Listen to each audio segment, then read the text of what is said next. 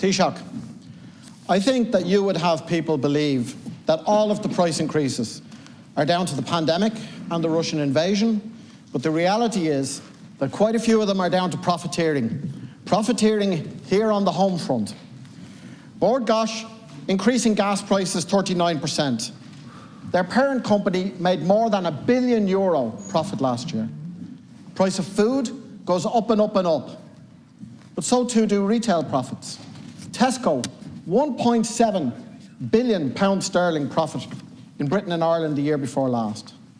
The landlord class, who may well not have a word of Russian between them, jacked up rents at a rate equal to 10% per annum in Q4 last year.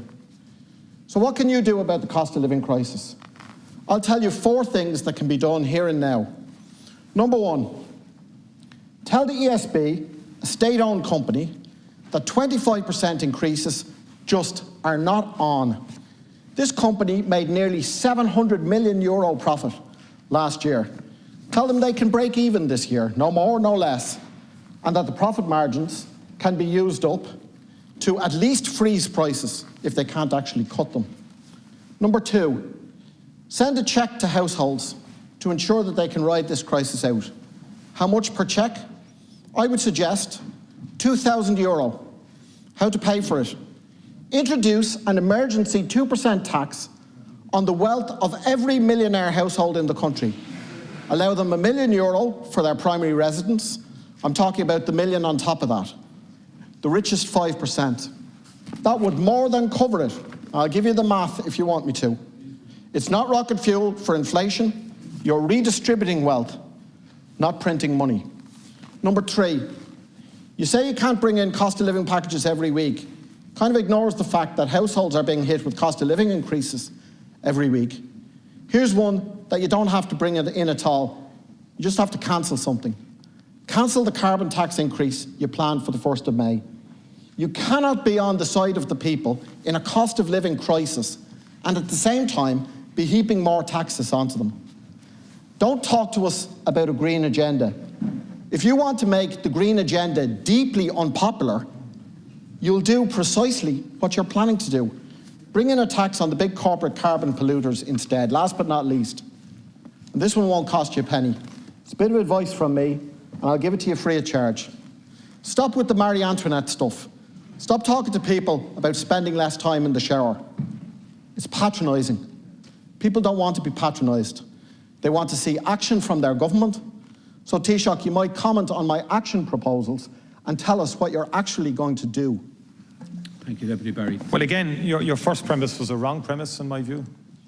The overwhelming cause of the increase in energy are global. They derive from the pandemic and they derive from the war without question. Both the lead up, look, anyone with any degree of intelligence knows that. And I appreciate now if less of the heckling and the nonsense that's going on here. Everybody knows. Everybody knows. That's all that's wrong with you. Everybody knows that the cause of this is an unprecedented war on the continent of Europe that nobody anticipated. And in advance of that war, there was a deliberate strategy to cut energy supplies and to cut fuel supplies. No question about that now, in the full light of day. And unfortunately, that has created very negative impacts on us all, and particularly on workers and on people who are on very low incomes in particular.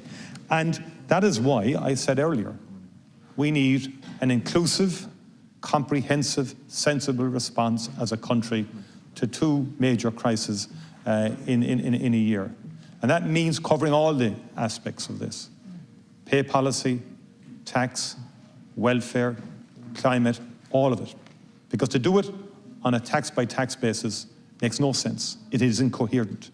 And that's why I'm not jumping to the political bait that you're attempting to do, Deputy, along with others in the House, to make this about one issue, about one tax that is nowhere near the real cause of what's transpiring here. And we've already brought down the excise duties and in terms of energy by 15 to 20 cents, as I've already said, which equates to about 9 to 12 euros for a fill of the tank in terms of the average situation. That's what we've done already. But that on its own isn't going to be a coherent enough response to this.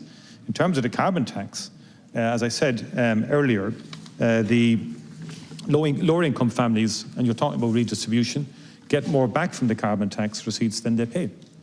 The SRI research shows that households in the bottom 4 income deciles see all of the cost of the carbon tax increase offset, with the bottom 3 deciles being better off as a result of these measures. But that said, any increase in terms of can be offset by government, so you can neutralise it,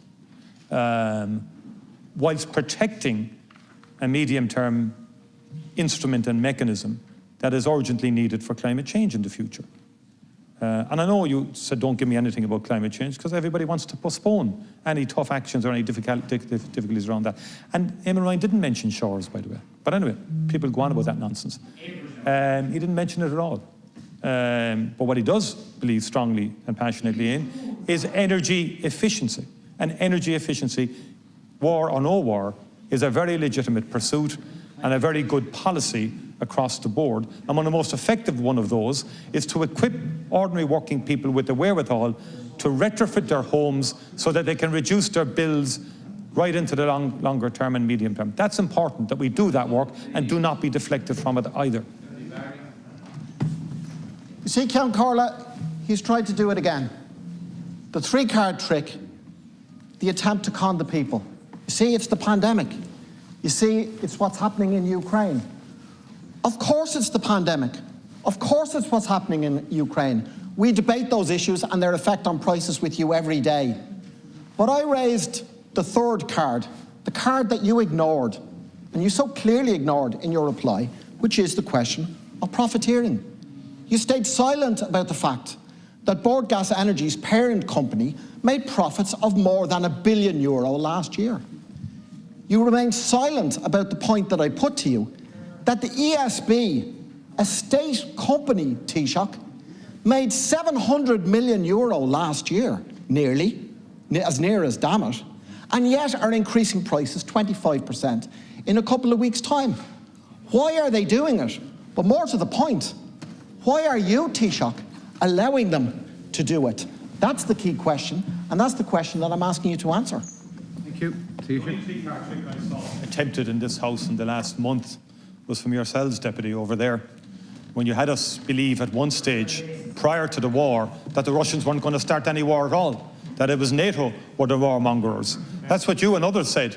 Oh yes, you did in this House. And that's the only 3-card trick I saw attempted by you guys. I didn't mention you at all, Deputy Boy Barris.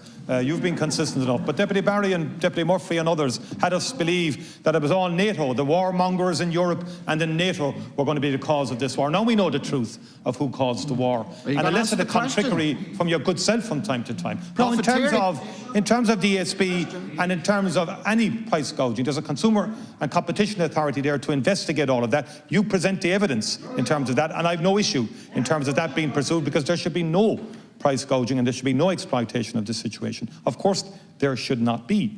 In terms of DSB, by the way, it is a huge debt on the other side of that balance sheet. Huge capital debt. To invest in making sure we have energy security and energy supply, which is also very, very important. I didn't get an opportunity in response to Deputy Batcheek's question to make that point too. There's a balance in the short term in terms of energy and security of energy supply, and gas will be a transitional fuel. Of that, let there be no doubt. Time is up. As we dramatically need to increase our renewables, we will need gas as a transitional fuel.